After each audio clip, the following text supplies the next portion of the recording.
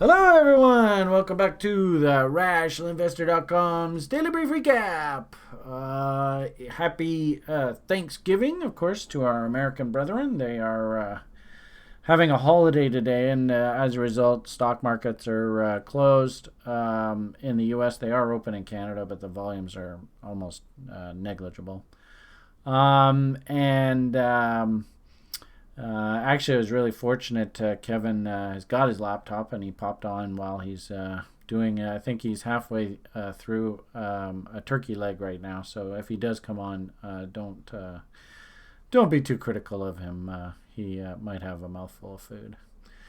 Anyway, just being silly. All right, so let's get on with the talk here. As I said, it's a holiday session, so we'll probably have this a little bit shorter because there isn't a heck of a lot to talk about in the broader market today. In fact, Thursdays we have Julian on. He did his report from Thailand. Actually, I think he's in Taiwan right now. And Great report. Always refreshing to see Julian's perspective. Actually, that's something that we should talk about is Julian's idea about Beyond Meat. So maybe when we talk about stocks, we'll take a quick boo at Beyond Meat. But anyway, on to our chart deck. As you can see, things haven't really changed at all off of the major indexes overnight. It is a U.S. holiday. Things are very quiet in the market, the broader market. If we look at risk on, risk off, you can see yen and gold are just sort of floundering here. Caught a little bit of a bid here on the gold this morning in after hours trading. Bonds are a bit weaker. Stocks, meh. And you can see oil, meh. The only real mover here seems to be our good old beloved Bitcoin. And I suppose it makes sense that we're getting a little bit of volatility in the price of crypto given it's a holiday session. Often I see around holiday sessions, usually at the beginning of the session, crypto starts off nice and bullish, and then as we get closer and closer and closer to the adults coming back to the playground, they clean things up. So we'll talk a little bit more about Bitcoin in a bit, but really holiday session, very normal action I'm seeing out of the corn today. So, general theme risk on still continues to power higher. We do have a pretty big call wall on the S&P 500 put options, or excuse me, call options that are expiring tomorrow. But puts are nowhere near to be seen up in these levels. That leads me to believe that we probably have a lot of covered call action going on here. So, unfortunately, call walls in themselves don't really paint tops in my eyes. So we could very easily see the market grind its way higher. But it is options expiry. So, the big concern is, do we have any big put walls or anything that they're slamming into, and we're nowhere near any of that. So, holiday session, very quiet. I would imagine the trading tomorrow is going to be relatively thin. But, of course, we'll see what happens. Crude, like we showed you, risk on, risk off. Basically, everybody's taking the day off with the American holiday. Same thing with the bonds. A little bit of a offer coming in holiday session, but very tepid. And of course, I do have a put on, and really, if I actually get another sell signal on the bonds, I might actually even go add to that trade. But we'll see how it goes. Gold, kind of just waffling here. It's got the green light to break if it wants to. And the data coming out of the States is relatively friendly right now. So we'll keep an eye on gold. I spent a lot of time talking about things like the biggest gold stocks in the world and how those gold indexes are acting. And if gold really is a bull, then we should see these gold stock indexes start to rock and roll. And I think Barrick here, the biggest gold stock in the world, makes it actually really simple for us. If we get a close above that close there, 2263, I think we probably got a good chance to jump a buck or two higher here on the gold stocks. And the gold bullion usually follows suit. So, keep your eyes on these big gold stocks. Really don't like the look of the gold and silver index here. This looks awfully dangerous. No trade there for me at all. I did strap on a little gold stock, ALO, just sitting basically within a penny or two of where I bought it. Not really expecting anything dramatic out of it just yet. But I do like the idea that we're heading into a seasonally friendly time of year for the gold market. So I am getting friendlier to metals names. I think that's probably the best way I would describe it. There's the chart I wanted to show you. Here's just yet another. I think I showed you guys this XBIO. I mean, gee whiz, there is a trade in here somewhere. There's got a lot of money to be made, but we'll talk pharma stocks in a bit. I got a few of them that I'm chewing on here. But that ALO, just to show you, I mean, it's not really that big of a deal. You can see. Actually, this is the U.S. stock. I'm up here in Canada, so unfortunately, I bought this from my registered account, so I threw it in my Canadian account. There it is, and Canada's actually open today. So I bought it at 81, sitting at 80 big cents. Woohoo, party! Obviously, nothing to get excited about now. Moving on, I guess talk specifically about the stocks that have caught my attention of late. Lots of pharmaceutical names. Really interested in CTIC. I even mentioned to you guys on YouTube here a week or so ago, and gee whiz, huge pop up there. Here's another one. Nothing to get too excited about just yet, but then, as bottom fishers, that's sort of half our job, is to start hunting when the names aren't very sexy. So this is an interesting one that came up. Kavarkanator, the Duke, mentioned this. We'll keep an eye on him for nice W's. This is a weekly price chart. We'll change it to the dailies. Hopefully you guys can see why a guy like me might be getting interested in here. So, it's 20, 30 cents a share. We're not talking a lot of money. But could this thing actually enjoy a bit of a rally at some point down the road? That's $1.50, $2 kind of idea. There is some money to be made here. It's just a question of how long does it take for actually things like weekly W's to kick in. But it's a name that meets our screen criteria, so we are interested in this right now. Here's a name actually I absolutely love. Again, nice fundamental story. Hopefully you look at the price chart and you go, okay, well, I can understand why a guy like Beamish is taking a shot here. Nice big juicy gaps to the upside. Even if we just do things like 50% rules going back up to just even this high from back last May, there is a bit of money to be made here. So this is a name actually we went and bought some calls on recently. So just an FYI for you there. We are actually participating in the market. And I think I'll probably leave the stock market talk at that for today because, as I said, the stock market itself is extremely quiet. Now, when the adults are away and all the stock markets and commodity markets are on pause, that's the time for crypto. Woohoo, party! We kind of talked about this at length recently.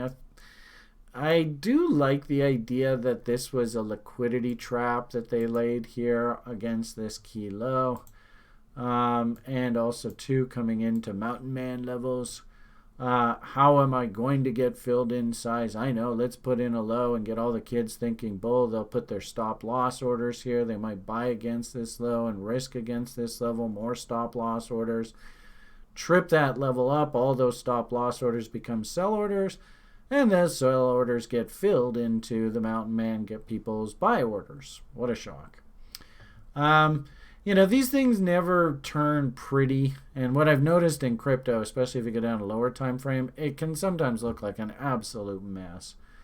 I've said this repeatedly. I mean, you want to keep it really simple on yourself. It's just simply wait for W's, especially off of things like weekly price charts. So is there any W here? Well, I see a big fat M, and then more M, So, what I think's going to happen through here is you're going to hear a whole bunch of crypto Twitter and stuff. OGs all saying, yeah, this was the bottom. I called it all along. I buy it here, and look at me. I'm a genius. Okay.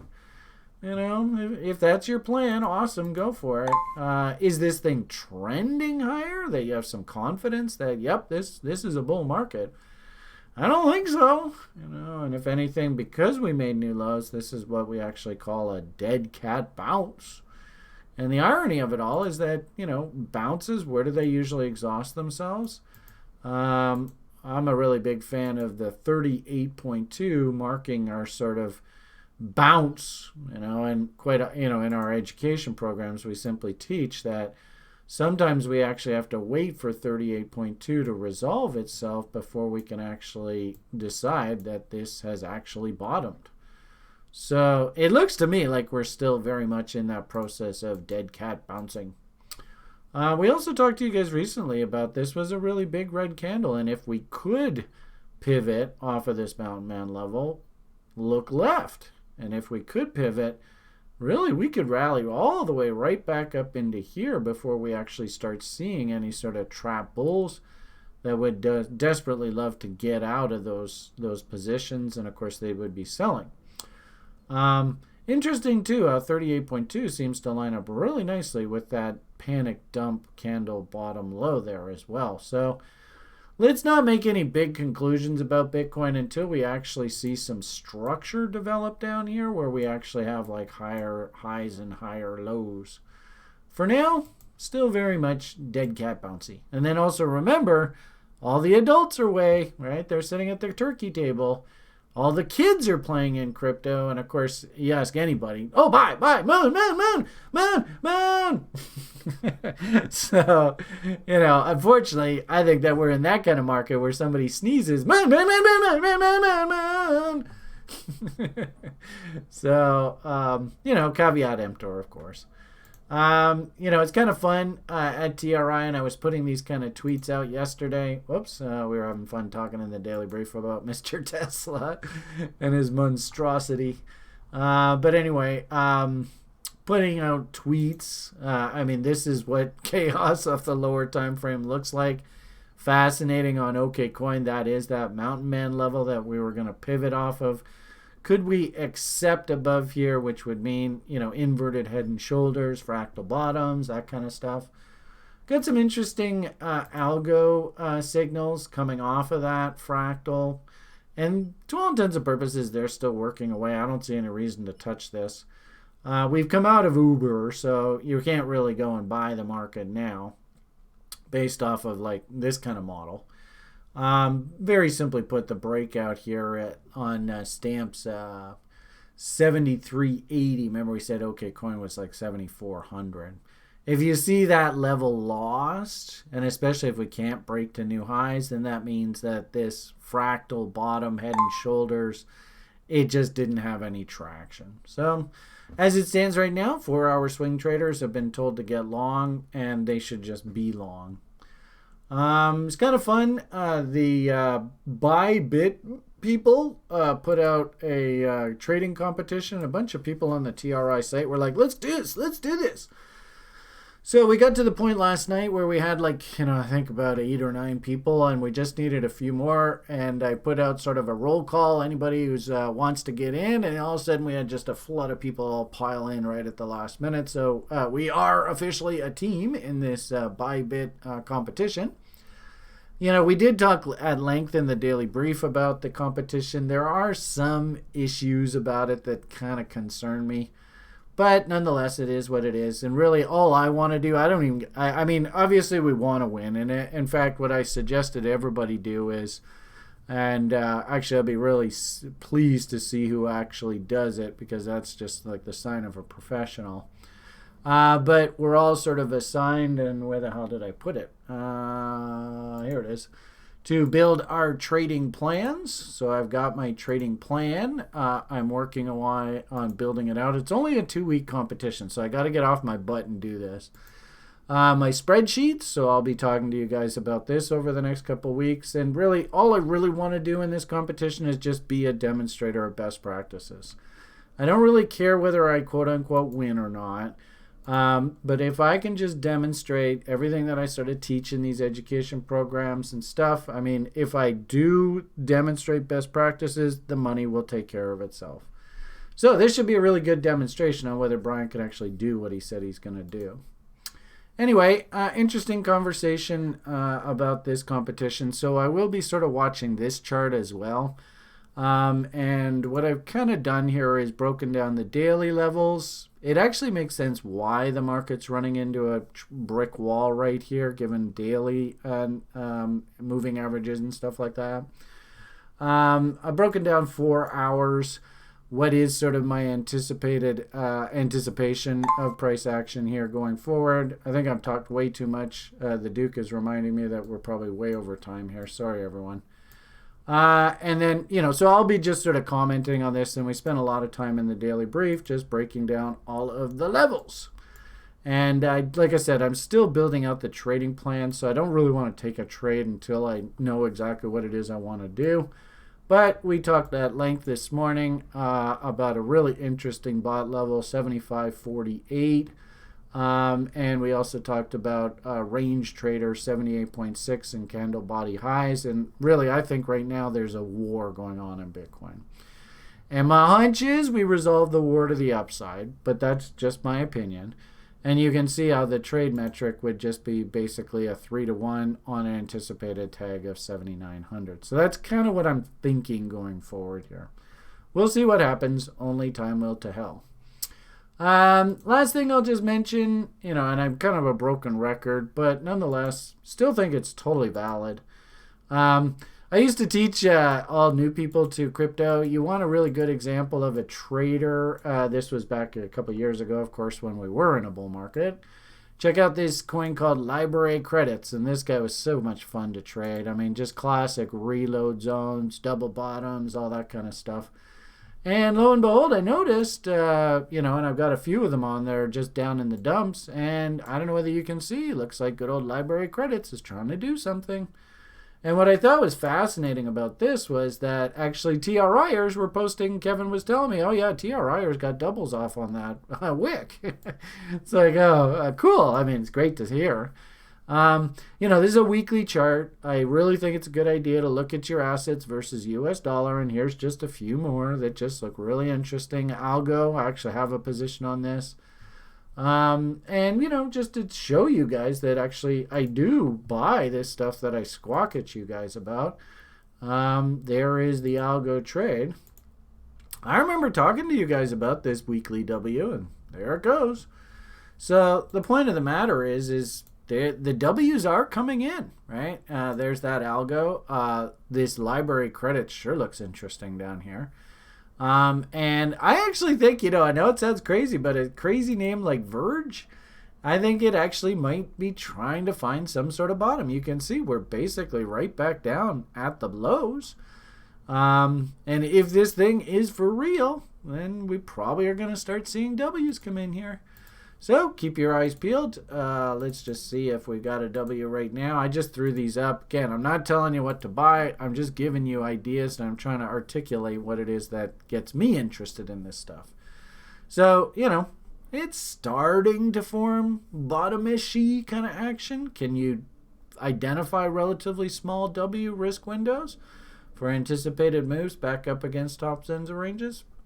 They're there, And don't be surprised if 6 months from now we, see, markets pop up and people talking about making money in crypto. And you're like, oh, man, I totally wish I had paid attention down at the bottom. Because I'll tell you,